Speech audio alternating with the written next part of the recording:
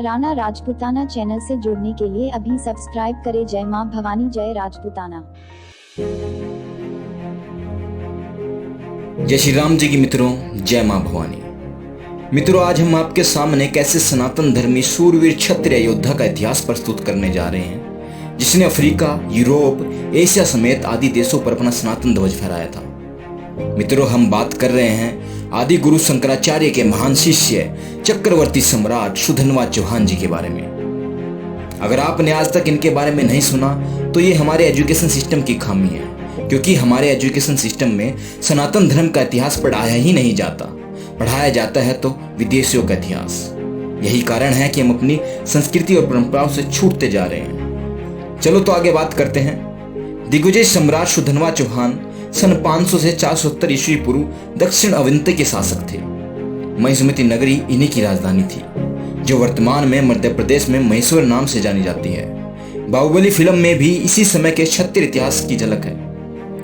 प्रसिद्ध राजस्थानी इतिहासकार श्यामल दास ने वीर विनोद में महिष्मती पर राज करने वाले चौहान राजवंश की एक प्राचीन सूची प्रस्तुत की, जिसमें प्रथम शासक चाहमान हैं और उनकी 6वीं पीढ़ी में सुधन्वा आते हैं तथा 41वीं पीढ़ी में वसुदेव आते हैं और इन्हीं की 60 से 63वीं पीढ़ी में अंतिम हिंदू सम्राट पृथ्वीराज चौहान हुए। इस सूची की प्रथम आवृत्ति 1886 में प्रकाशित हुई। सम्राट सुधन्वा चौहान जी का उल्लेख मठान में महानुशासनम में भी मिलता है। 490 ईस्वी पूर्व नौबिन दास असुर साम्राज्य का राजा था। इतिहासकार श्री विश्वनाथ काशीनाथ राजवाड़े के अनुसार ये असुर यूरोप के असीरियन कहे जाते थे और प्राचीन यूनानी इन्हें अश्वीरन भी कहते थे। सम्राट सुधन्वा चौहान ने असुर नौबिन दास की 4 लाख की सेना को परास्त करके यूफ्रेटिस नदी के पार तक खदेड़ा। सम्राट सुधन्वा ने मेसोपोटामिया, बेबीलोनिया, एलम, फुर्गिया, पर्शिया एवं यूफ्रेटिस नदी तथा मिस्र टाइग्रिस नदी के पार तक सनातन का ध्वज लहराकर सभी को क्षत्रिय साम्राज्य में सम्मिलित कर लिया। इस बात का उल्लेख the history of archaeology part 1, Babylonia from the new Babylonia empire rule, इन दोनों पुस्तक में है। सम्राट सुधन्वा चौहान जी ने 498 ईस्वी पूर्व ग्रीस के शासक थाइमोट से युद्ध किया और उस पर विजय प्राप्त करके एथेंस ग्रीस पर अपना कब्जा कर लिया था। इस युद्ध को बैटल ऑफ थंडर के नाम से भी जाना जाता है। इसके अतिरिक्त सम्राट सुधन्वा चौहान ने फ्रांस, रूस, जर्मनी, ब्रिटेन, सर्बिया, क्रोएशिया एवं समूचे यूरोप पर भारतवर्ष का सनातन ध्वज फहराया। सम्राट सुधन्वा चौहान जी ने सदैव युद्ध के नियमों का पालन किया। उन्होंने कभी भी किसी भी देश की संस्कृति को ध्वस्त नहीं किया।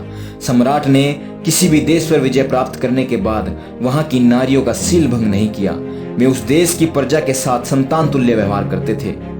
सम्राट सुधन्वा चौहान जी ने आदि शंकराचार्य से ज्ञान प्राप्त किया। वे रणविद्या में प्रांगत थे। वे 18 युद्ध कलाओं को जानते थे। घुड़सवारी, हाथी, अस्त्र शस्त्र संचालन, व्यूह रचना आदि तकनीकों के ज्ञाता थे।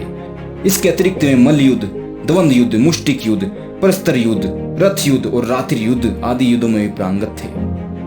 अपने शासनकाल में वे बहुत सी तकनीकों का प्रयोग करते थे, जैसे बाज, सर्प, वज्र, चक्र, कोच, सर्वतोभद्र, मकर, ब्याल, गरुड़ व्यूह आदि।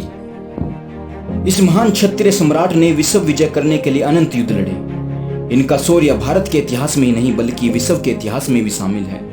मगर दुख की बात तो यह है कि ऐसे महान सम्राट का इतिहास भारत के पाठ्यक्रम में पढ़ाया ही नहीं जाता, जिसकी वजह से हम अपने महान सनातन धर्मी राजाओं के गौरवशाली इतिहास से वंचित रह जाते हैं। मगर फिर भी हम मौन हैं और इस तरह गूंगे बने रहना हमारे भारत के भविष्य के लिए हानिकारक है।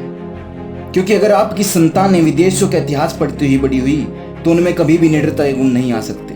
वे कभी भी हमारे विश्व विजेता सम्राटों की तरह नहीं सोच सकते। तो मित्रों, अब विचार करना मजबूरी है और आवाज उठाना जरूरी है। अपने सनातन धर्म के इतिहास को और अपने देश की संस्कृति को बचाने के लिए आपको भी हमारे साथ कदम बढ़ाना होगा।